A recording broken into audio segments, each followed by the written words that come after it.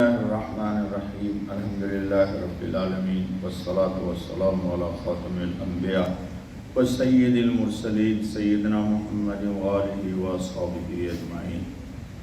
دوستو، آج کا خطبہ بہت ہی پیارا، سبھی خطبے پیارے ہیں، لیکن آج محاسن اسلام کی یعنی اسلام کی خوبیوں میں سے ایک عظیم ترین خوبیوں کا تذکرہ ہے آج کے خطبہ میں۔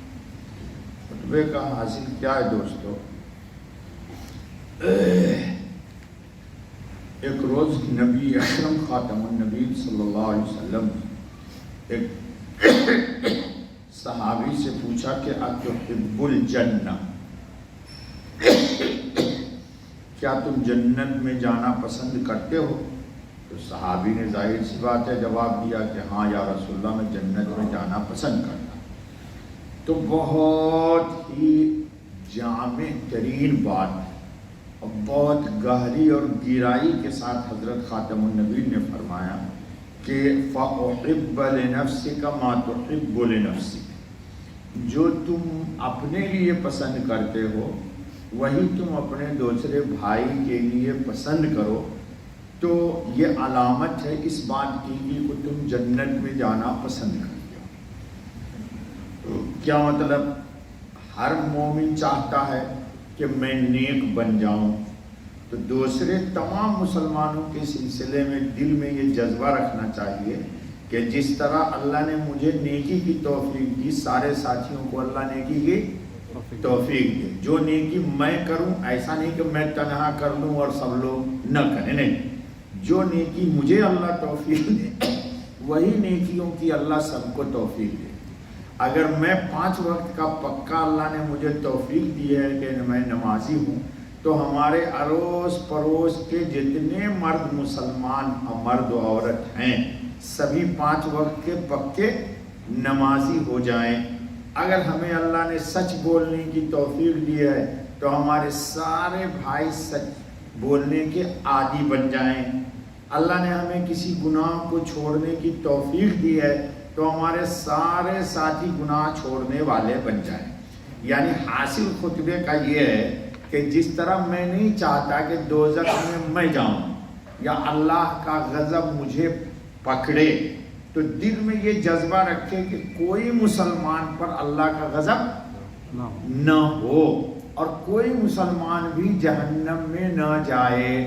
تو ہر وہ نیکی جو میں کر رہا ہوں سب کو کرنے کی اللہ توفیق دے، ہر وہ برائی جس کو میں نے اللہ نے مجھے بچایا ہے سارے بھائی ہمارے اس برائی سے بچنے والے بن جائیں۔ اور دوسری حدیث میں حضور نے فرمایا من احب ان یزحزح عن النار ویدخل الجنہ، اگر کوئی تم میں سے یہ پسند کرتا ہے کہ اللہ تعالیٰ اس کو دوزخ کے آگ سے بچا لے، اللہ ہم سب کو بچا لے اور جنت میں داخل ہو، فَلْيَأْتِ إِلَى النَّاسِ الَّذِي يُحِبَّ أَن يُؤْتَى إِلَيْهِ، تو اس کو چاہیے کہ جو نیکیاں وہ خود کرتا ہے یا جو پسند کرتا ہے کہ جیسا بیوہار لوگ اخلاق کے ساتھ مجھ سے پیش آئیں وہی اخلاق کے ساتھ سب کے ساتھ میں پیش آؤں وہ لوگ پیش آئیں۔ یہ جنید انسان کے ارادے میں، سوچ میں، خیال میں، تصور میں اپنے لیے بھلائی جس طرح ہے وہ یہ تصور کرے کہ یہی بھلائی اپنے دوسرے مسلمان کو بھی ملنی چاہیے۔ ہم نہیں چاہتے کہ کوئی ہمیں ماں باپ کی گالی دے، تو ہمارے اندر یہ خوبی ہونے چاہیے کہ ہم یہی تصور رکھیں کہ کسی دوسرے کو بھی کوئی گالی نہ دے، نہ میں دوں نہ کوئی دے۔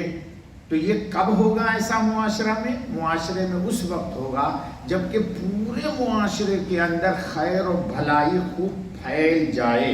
پھر حضور نے فرمایا کہ یہ انسان کے ایمان کے مکمل ہونے کی دلیل ہے۔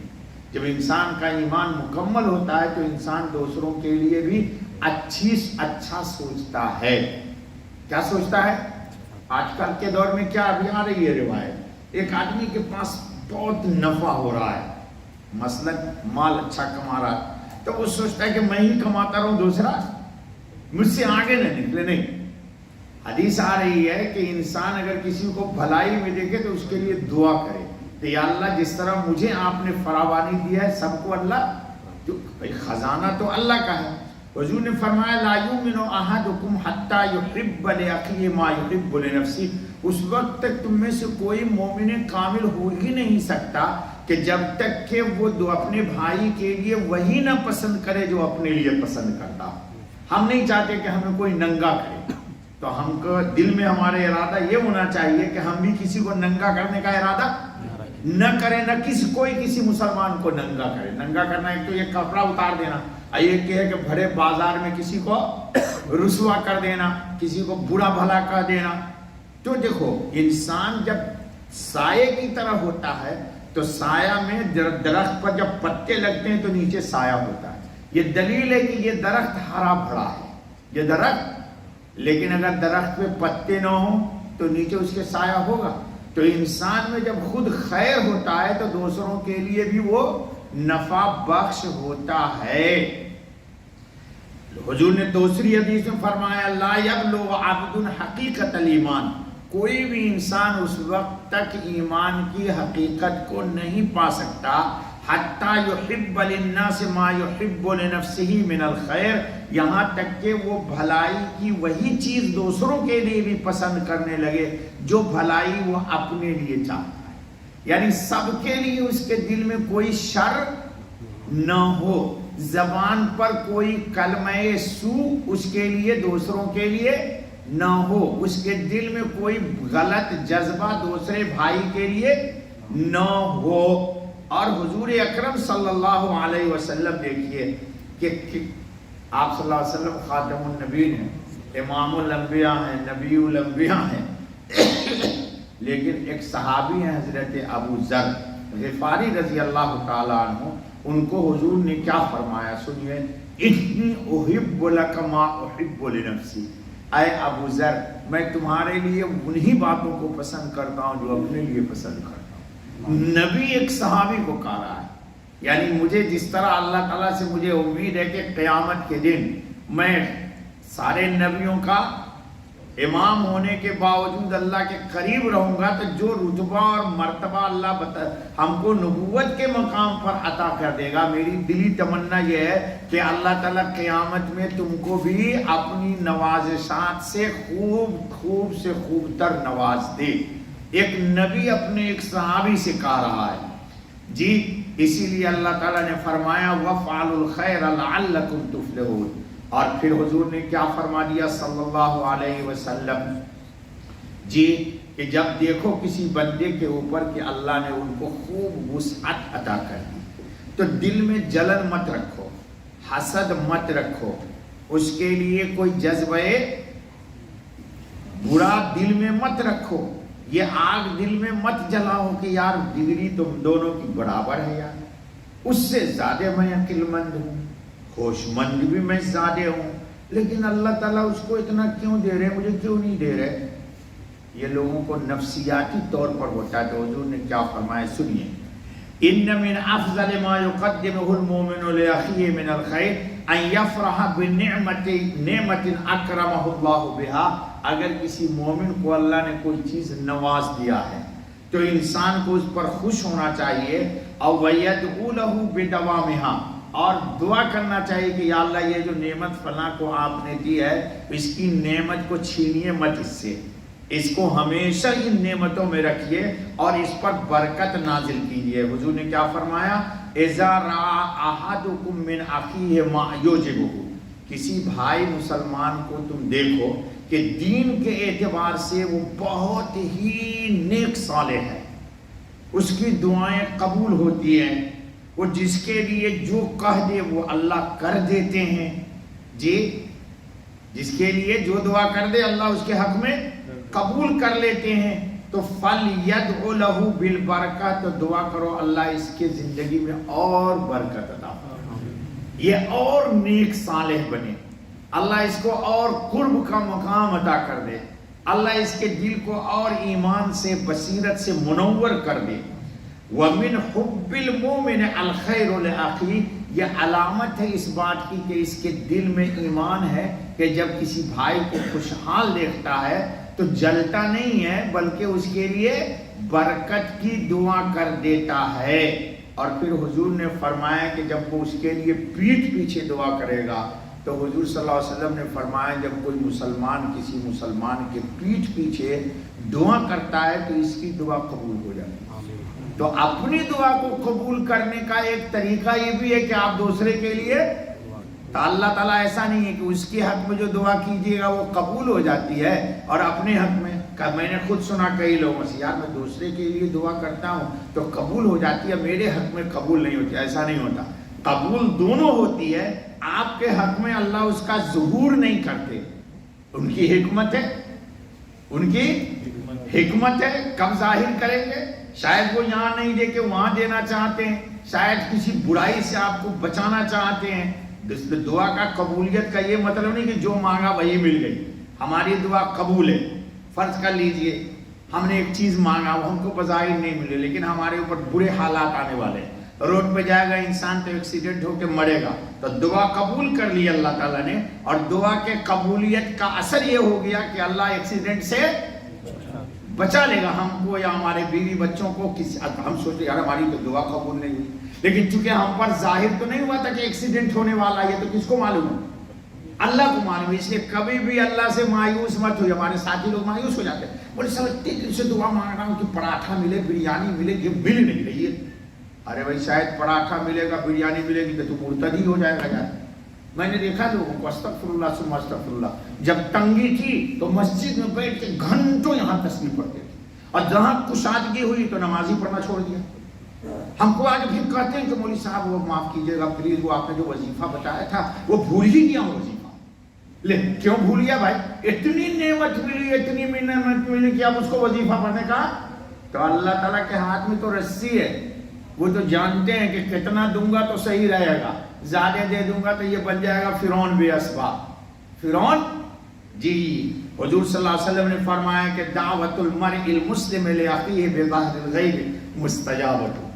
آسان کام ہے. مسلمان مومن کسی کے پیٹھ پیچھے جو دعا کرتا ہے تو اس کی دعا، مثلا آپ پیٹھ پیچھے رات میں دعا کر دیجئے کہ یا اللہ وہ جو سمین اشرف امام ہے اللہ اس کو اپنے وقت کا غوث قطب بنا دیجئے.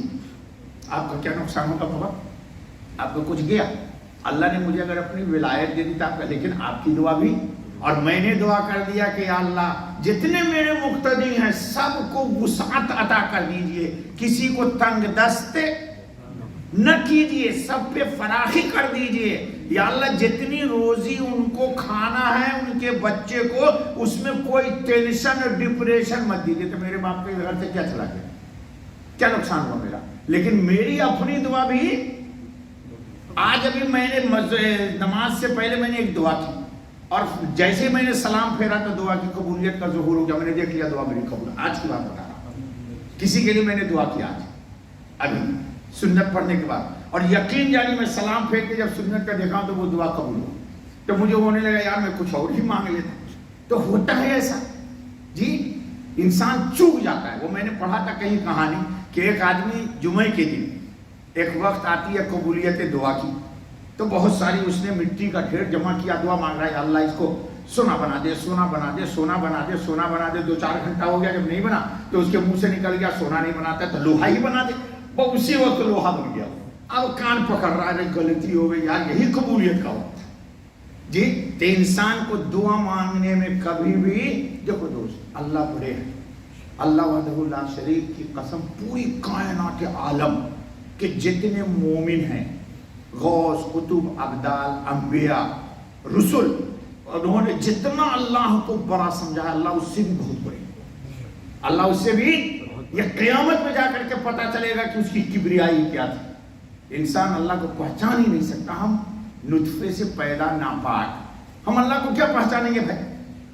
ہم کل مر جائیں گے تو ہم اللہ کو کیا پہچانیں گے؟ وہ تو حی و قیوم ہے جی. تو حی و قیوم کو ایک مرنے والا کیا پہچان لے گا؟ پہچانے گا؟ نہیں پہچان سکتا. ہماری آنکھ ان چیز کو دیکھ ہی نہیں سکتی، ہمارا دل سوچ ہی نہیں سکتا. اس لیے مجدد الفسانی رحمۃ اللہ تعالی علیہ نے اللہ کی تعریف میں ایسی بات کہی ہے کہ حضور اکرم خاتم النبیین علیہ الصلوۃ والتسلیم کی جناب میں تذکرہ ہوا کہ مجدد نے ایسی بات کہی ہے اللہ کی تعریف میں جو کسی نے نہیں کہا. مجدد صاحب کہتے ہیں وراء الورا ثم وراء الورا. اس پہ تقریر کروں گا تو 4 گھنٹہ وقت لگے گا. یعنی انسان جو سوچ سکتا ہے اللہ کی کبریائی پوری مخلوقات مل کے، وہ اس سے اللہ بہت ہی جی پنجابی میں بولو بہت ہوئی اس سے، ہاں بہت اوپر. یہ تو اردو بول دیا آپ نے پنجابی کے نام جی، بہت ہی بلند و بالا ہے. چلیے ان دراسے ہی ملک الموکل، دوسرے کے لیے جو انسان دعا کرتا ہے، دیکھو حضور نے فرمایا کہ اس کے سر کے پاس ایک فرشتہ رہتا ہے. کلما دعا لاخیہ بخیر، جب کبھی بھی وہ اپنے مسلمان بھائی کے لیے بھلائی کی دعا کرتا ہے کہ قال الملک الموکل بہ، تو وہ جو فرشتہ ہے اس کے سر کے پاس وہ کہتا ہے آمین ولک بمثلی، اور تو نے جتنا دوسرے کے لیے مانگا ہے تجھے بھی اللہ اتنا دے دے. یہ بتاؤ کتنی بڑی بات ہے. تو اس لیے دوستو اپنی دعا کو قبول کرانے کے لیے کیا چاہیے؟ انسان دوسرے کے لیے. اور سنیں ایک اچھی کتنی بات بتائی حضور صلی اللہ علیہ وسلم نے فرمایا من رد عن عرض اخی. ایک آدمی نے ایک شخص پر اعتراض کیا، مفتی صاحب آپ کو نہیں معلوم ہوا ایسا آدمی، یعنی میں نے کوئی خوبی بیان کی تو اس نے فوراً کہا کہ نہیں یہ اس میں خرابی.